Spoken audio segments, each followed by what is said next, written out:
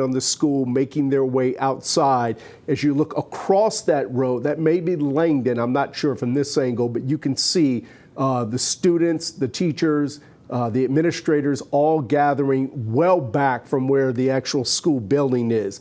Again, this is Wilmer-Hutchins High School. It's a Dallas ISD high school, relatively small by Dallas ISD standards, roughly about 900 students at the school. Again, we got this word, I want to say it's 1:30 now, so this had to come in probably in the last 20 minutes to 25 minutes that there was some sort of incident at the school. As a father, as a parent, anytime that you hear that something has happened at your child's school, there's just nothing like the amount of anxiety and fear that engenders in a parent is hard to describe. So I wish we had more details to tell you, but we want to be very, very careful about what we're reporting.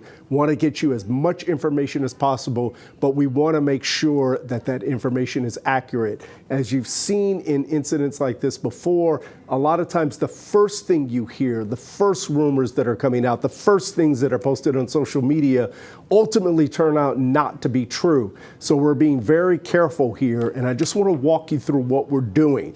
We've got a team here in our newsroom that is making calls. We're calling our sources with the Dallas PD, with the Dallas ISD Police Department, with Dallas ISD officials.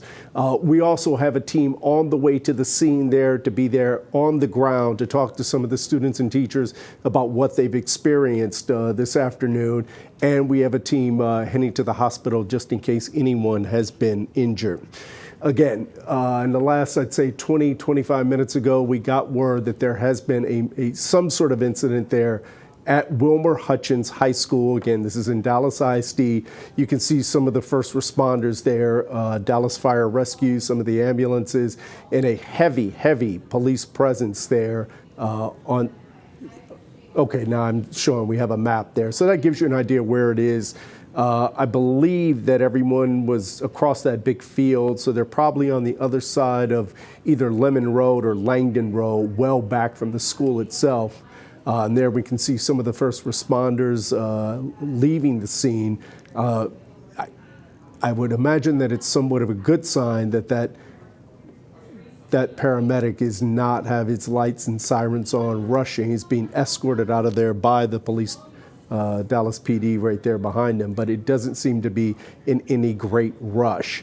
Again, we observed sort of a mass exodus from the school. As the school was evacuated, we saw students and teachers walking across that large field over by the stadium, and they're now positioned on the other side. As we zoom in here closer to the building itself, you can see a lot of police officers there right outside the school building.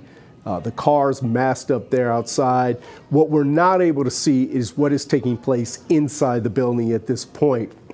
I know that anytime you get a report like this, police officers and departments who have unfortunately had to go through these incidents over and over and over again, they've learned quite a bit on how to handle them. So there is a protocol in terms of going door to door, room by room, to make sure before they say that the building is safe and the building is secure, they have to meticulously and thoroughly go through that building to make sure that is the case. As we move a little further away from the building itself, you can see the students and teachers walking down the road there. And again, I want to say that's either Lemon or Langdon on the side of the school there. They are walking away from the school. They walked across, they all were evacuated. Now they're on the road and they're walking down the road. I assume that that's in some way to get them to a point where parents will be able to, reunite with their children and pick up their children. Obviously, when something like this happens, they're not going to bring them back to the school at this point. You can see the police presence there around the building itself.